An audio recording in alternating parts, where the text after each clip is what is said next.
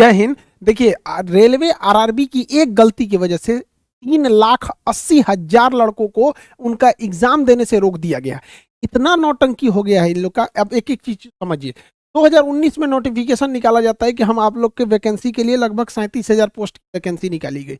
वो एग्जाम कब लेगा पता ही नहीं चला, तो 2020 में प्रोटेस्ट किया गया। 2020 के इस प्रोटेस्ट के बाद 2021 में एग्जाम कंप्लीट हुआ, एग्जाम लिया तो फिर रिजल्ट नहीं दिया, फिर प्रोटेस्ट करना पड़ा, तो अभी जाके वो इसका रिजल्ट दिया है। और रिजल्ट में 3,80,000 लड़कों को पीछे ढकेल दिया गया।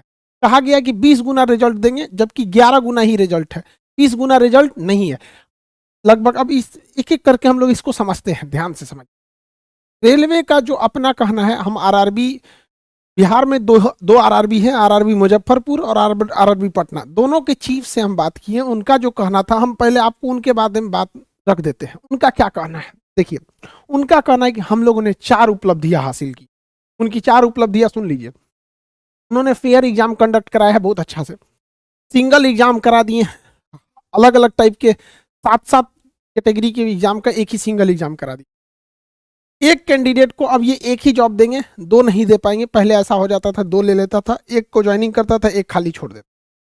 और इन्होंने पहले 10 गुना ही रिजल्ट होते थे। इनका कहना है कि हम लड़कों की भलाई के लिए 20 गुना रिजल्ट दिए, ये इनका कहना है।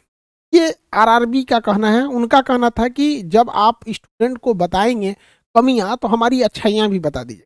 हमने उनकी अच्छाइयां बता दी। अब इनकी अच्छाइयों का हम लोग थोड़ा सा विश्लेषण करते हैं। चलिए भैया, आपने फेयर एग्जाम कराया, 2019 का वैकेंसी 2024 में फाइनल कराएंगे। इसको भी अगर फेयर कहा जाता है तो अभी अच्छी बात है, ठीक है, इसमें हम कुछ क्वेश्चन नहीं करें। इनका कहना है कि हमने सिंगल एग्जाम कंडक्ट कराया। आप में से जो नहीं पढ़ा लिखा है वो भी समझ सकता है कितनी बड़ी गलती किया गया है। देखिए, इसमें गड़बड़ी क्या हुआ है।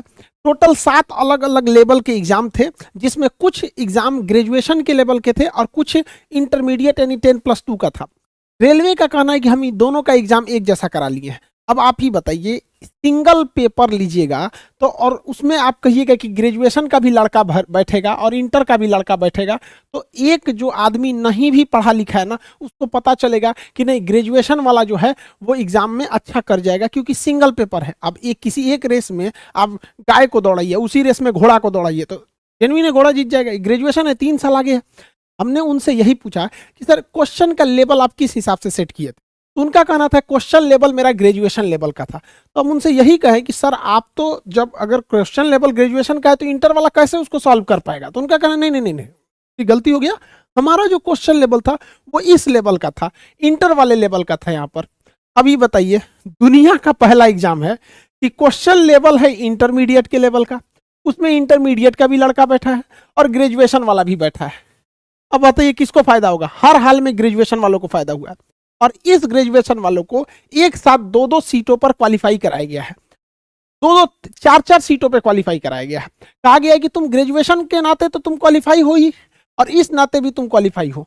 तो पहला यहाँ पे देखिए, जो इन्होंने कहा है कि सिंगल एग्जाम लिए हैं, उस सिंगल एग्जाम में केवल और केवल फायदा ग्रेजुएशन वालों को पहुंचाया गया। 3,80,000 इंटरमीडिएट के लड़कों को एग्जाम देने से रोक दिया गया है, CBT 2 एग्जाम। इनका पहला, सेकंड वाला ये तो समझ गए। तीसरा समझिए क्या है, इन लोग का दिमाग लगाना है। सुनिए ध्यान से, गजब गजब तो ये लोग दिमाग लगाता है लोग। इनका कहना है कि पहले क्या होता था, अगर अलग अलग एग्जाम लिया जाएगा तो क्या होगा। यहाँ हो गया एक ग्रेजुएशन। इनका कहना है कि जब कभी भी ग्रेजुएशन का फॉर्म अलग आता था, ग्रेजुएशन का जो एग्जाम थे रेलवे में उसका फॉर्म अलग आता था, जो इंटर लेवल का था उसका अलग आता था। इनके हिसाब से कहना था कि कोई लड़का था जो ग्रेजुएशन में भी पास हो गया, इस लेवल के एग्जाम में भी स्टेशन मास्टर बन गया, और इंटर लेवल वाले में भी पास हो गया, ठीक है। तो वो क्या करता था लड़का कि ग्रेजुएशन वाला नौकरी कर लेता था जो इस लेवल पर है स्टेशन मास्टर, और उसको छोड़ देता था तो खाली रह जाता था। तो भैया, ये खाली रहता था रेलवे की बेवकूफ़ी से। बेवकूफ़ी कैसे, मान के चलिए कि इसमें कट ऑफ गया था 82 नंबर, और इसमें कट ऑफ गया था 86 नंबर। तो जो लड़का ग्रेजुएशन किया, ग्रेजुएशन का एग्जाम दिया, 86 नंबर हो गया, स्टेशन मास्टर बन गया सपोज, और उसने इंटर लेवल वाला भी दिया, उसका 82 नंबर आया, इसमें भी पास हो गया, तो उसको कोई एक नौकरी करनी पड़ेगी। तो वो उसने कर लिया ग्रेजुएशन लेवल वाली नौकरी को। तो ये खाली कैसे रह गया। रेलवे ने कभी वेटिंग लिस्ट इसका निकाला ही नहीं। भैया, 82 नंबर कट ऑफ गया था, इसके नीचे 81 वाला कई लड़के होंगे, 80 वाले होंगे, 79 वाले होंगे। जब आपको पता चल गया कि सेम लड़के हैं, इसने यहाँ ज्वाइन कर लिया, तो कहिए कि ठीक है भैया, हम तुम्हारे से नीचे वाला जो है वेटिंग लिस्ट वाला, उसको कंफर्म करके उसको जॉब दे देंगे। रेलवे ने कभी वेटिंग लिस्ट नहीं किया यहाँ पर, इस वजह से ये गड़बड़ हो गया। तो ये यहाँ कौन सा समझदारी कर रहे हैं यहाँ पर, ये तो पहले ही इनको सुधारना चाहिए। और सबसे बड़ा झूठ यहाँ पे देखिए, ये जो कहा गया है कि 20 गुना रिजल्ट देंगे, 20 गुना रिजल्ट ही नहीं है, लगभग ये 11 गुना है, लगभग 11 गुना है। और ये रेलवे खुद कंफर्म नहीं कर रही है कि कितना गुना है, वरना पोल पट्टी खुल जाएगा यहाँ पर।